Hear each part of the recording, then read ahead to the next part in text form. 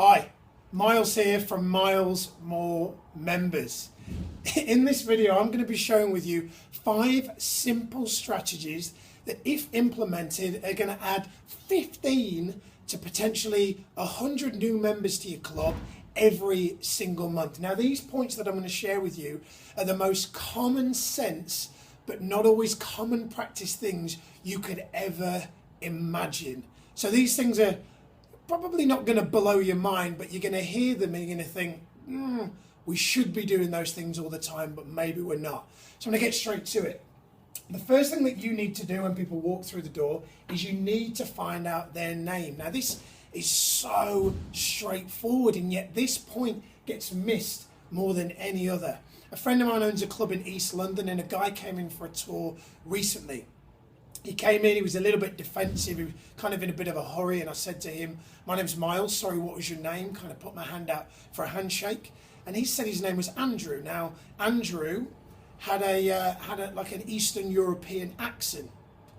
So I said to him, Andrew, is it really Andrew, or is it? Because I've spent a little bit of time in Central and Eastern Europe, and I've found that generally speaking, people with an Eastern European accent don't have the name Andrew. Their name is actually something a little bit more kind of, Eastern European Andrew. So I kind of said to him, is it really Andrew? And he said, well, no, it's not, but it's easier to say than Andrew. So I said to him, well, what is it? Tell me what your name is. And he said, my name is Andrus.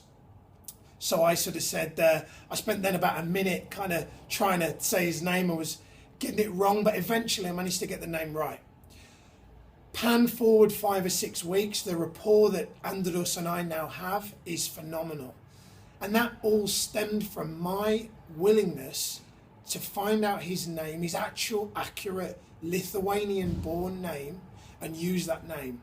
Names are the most important part of the rapport building process when it comes to showing someone around in the gym, because that is a person's most precious possession.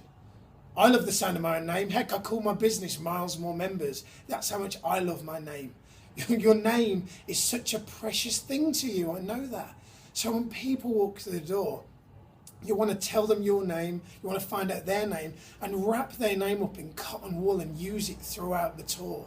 Such a common sense, but not always common practice thing that you want to make sure that you're implementing as your first order of importance when a person comes through the door. The second thing that you want to do is you want to profile a person. Now, in my second year of gym sales, I've been doing gym sales now for over 10 years. I've sold in excess of 7,000 memberships across about 115 different health clubs all over the country. I had a tour when I was 21. A lady came into the door. I don't remember her name, but she was very guarded, very defensive. She said she didn't have a lot of time. She just wanted a quick tour. She didn't want to build conversation with me and have a chat about goals.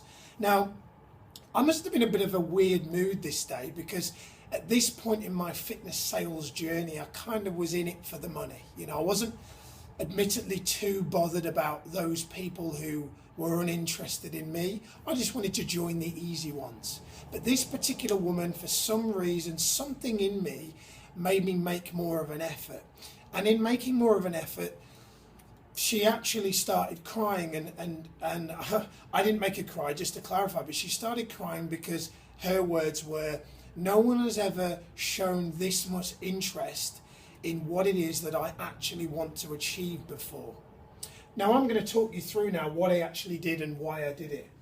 Profiling a person when they walk through the door is, in a nutshell, you showing that you care.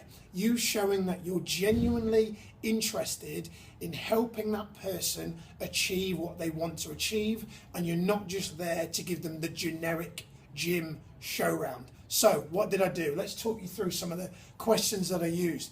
I asked her if she'd been a member of a gym before. She said yes. I asked her if she got results at that gym. She said no. I asked her why she didn't get results. She told me. I said to her, what made you leave that club? Did the staff help you get results? Were the personal trainers there effective, or were they just kind of messing around on reception on Facebook? I said, what are you looking to achieve? I said, why are you specifically looking to achieve that? And I said, for what purpose are you looking to achieve that goal? I didn't just give her a generic show around. I went into the specifics of what she wanted to achieve and why she wanted to achieve it. And that is so important. If you get this wrong, if you don't show that you're genuinely interested in what a person wants to achieve, don't be surprised if they go home to think about it and join your competition who are over the road. Get this right and you're going to go a long way to getting the person to join your club. The third thing that you need to do is you need to tour them in a way where you focus more on the benefits rather than the facilities. Now, I know there's some of you out there that have probably got really modern clubs with fancy facilities from 2014 and the latest Turbo 2000 treadmills with TV screens. Who gives a damn? All I care about is that you can help me to achieve my fitness goal. If your treadmills have got TV screens in, great. It's a nice little unique selling point. But the fundamental reason why people join a health club is because it makes them feel good. And I'll go even deeper than that. The main reason people join is because of how the staff make them feel.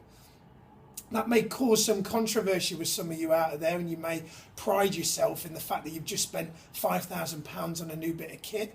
But I promise you, people don't care as much about your facilities as you think. Most people, I would argue 98% of people, are more interested in what the facilities actually do in regards to the benefit that they bring them. Young guys join a gym with free weights because they want to build muscle.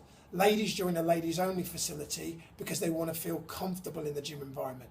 It's never about the facilities, it's about the benefits. So when you show someone around, talk in terms of specific outcomes that they can achieve from your facilities and not just give them the generic kind of museum tour that a lot of people show people around when they visit a gym. Here's an example. Lady called Sue, I'm making that up, but a lady came into the gym last week, said she wanted to tone up her bingo wings, which is the polite term for triceps, as I'm sure you know. So what I did is I decided to, rather than give her a generic tour, I said, Sue, here's the tricep extension. This machine will help you to work your bingo wing. Notice that I use the term bingo wing and I don't use tricep, because she doesn't care about triceps. She cares about her bingo wings. So what I did is I showed her the tricep extension, I demonstrated it, I got her to have a go, and I said, Sue, this is the bingo wing obliterator. We're having a bit of a joke. I said, this is going to help you to tone your bingo wings for, and I think it was something like a sister's birthday party or something, and she was wearing a sleeveless dress. I said, how does that sound? And she was like, that's fantastic.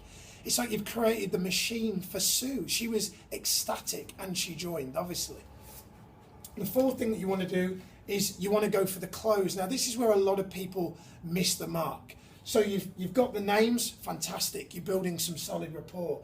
You've profiled, you've established what the person wants to achieve, and you've done a tour that's very specific to what a person's outcomes are. Fantastic. The problem now is, how do you transition them into joining unless they've said, give me a form? What you need to do is you need to ask what I call some trial close questions. You need to ask questions such as, so Sue, could you see yourself training here? Sue, how does everything sound that I've told you? And Sue, do you feel comfortable with the club and with the environment? Closed questions are imperative. Otherwise, how do you know whether a person is ready to actually join your club? Without the close, you won't know whether a person's ready to join unless they tell you. And sometimes, in fact, most of the time, people need you to lead them into joining your club. And the last point, which kind of ties in with the close, is have fun. A lot of people have this misconception that selling is a bad thing and it's manipulative. There's nothing wrong with selling if you believe wholeheartedly in what you do and if you know that it adds massive benefit to people's lives. I know that being good at sales in the fitness industry helps people to get out of their own way. It helps those people who think that they don't need to exercise to get rid of that limiting belief and to install the belief in their mind that you're the kind of environment that can help them to achieve what they fundamentally want to achieve. I look forward to seeing you in the next video. I hope this video has been useful. If it has, please put some comments in the box below, give me some feedback, and drop me an email if you want to know more about me at miles@milesmoremembers.com. Take care, speak to you soon.